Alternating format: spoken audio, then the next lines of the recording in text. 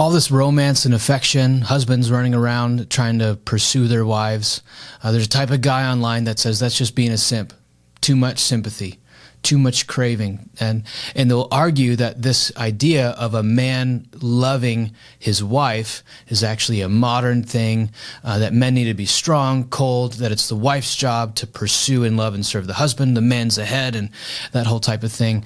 And even if people don't buy into that, or we certainly don't say we buy into that, there is the piece of every man's soul that wants to be served, wants to be loved, wants to be the head, to be the man, and be a man, and to be dotted on to be served. And this totally misunderstands the heart of God and the heart of God's design for marriage. There are actually two words that the Apostle Paul gives us in Ephesians 5 that I think really need to shape the way that husbands think about their wives. The word one is cherish. The second word is nourish. Cherishing has everything to do with something that's precious. You hold it closely. When you get a new gift, it means a lot to you. You're aware of where it is. You know, my little son, who's 5 right now, he gets a new gift and he wants it next to his bedside. Why? Because he cherishes it. It's precious to him. Eventually, that gift becomes a possession and he no longer cherishes it. It's just one of my old toys. And so husbands are called to go on cherishing their wives as gifts, to receive and be grateful for and thankful for. And just naturally, when you cherish something, you give attention to it. You care about it. You have this childlike, healthy preoccupation with it. You care about it. Some people cherish their jobs more than they cherish their wife, and that creates this kind of split, this divide. The other word is nourish. Nourish has everything to do with feeding, supporting, giving a thing what it needs. You know, when a child is very small, it must be nourished every 3 hours. Milk. It's got to come. As you get older, you need less perpetual nourishing. But husbands need to think of their wives as needing nourishment that only they can provide. That's not to say that women can't have their own needs met. That's not to say that some of their needs are only met by God or other women. But there's a type of need that a wife must have met by her husband, that she must feel cherished and she must be nourished. And this nourishing has a lot to do with the pursuit, the affection, the understanding, the being considered, the being supported.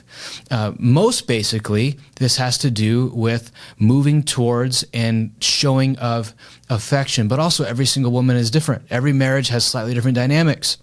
The most helpful thing you can do in nourishing your wife is ask your wife, what would be me being nourishing to you feel like? What needs do you have that only I can meet? What needs do you have that other people, your girlfriends or God or the church can meet? But what about me as your husband? What are the needs that you have for me? And she may not know that. And so you may need to ask it a bunch of different times, a bunch of different ways.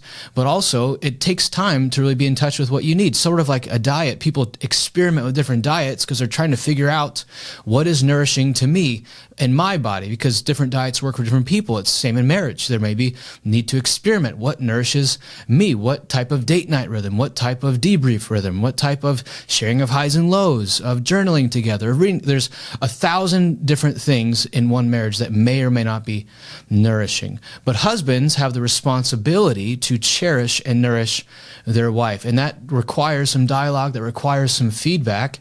But this whole idea that lavishing your wife with affection is being a simp is just pure folly. The example that we get in the Bible is that Jesus cherishes his bride, laying his life down for her that she may flourish.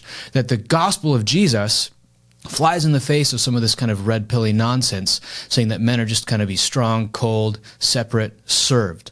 The bride of Christ is not pursuing Jesus first. Jesus is pursuing the bride of Christ first, and that is reciprocated. And so wives reciprocate, but husbands are called to initiate the culture of cherishing, nourishing, lavishing with affection. So anyone on the internet who's telling men to be cold and served are antichrist, literally in the direction that husbands are called to take initiative, be considerate, nourish, cherish, and love their wives. And so the best marriage advice you'll get is in Ephesians chapter 5, not somewhere in the depths of the internet.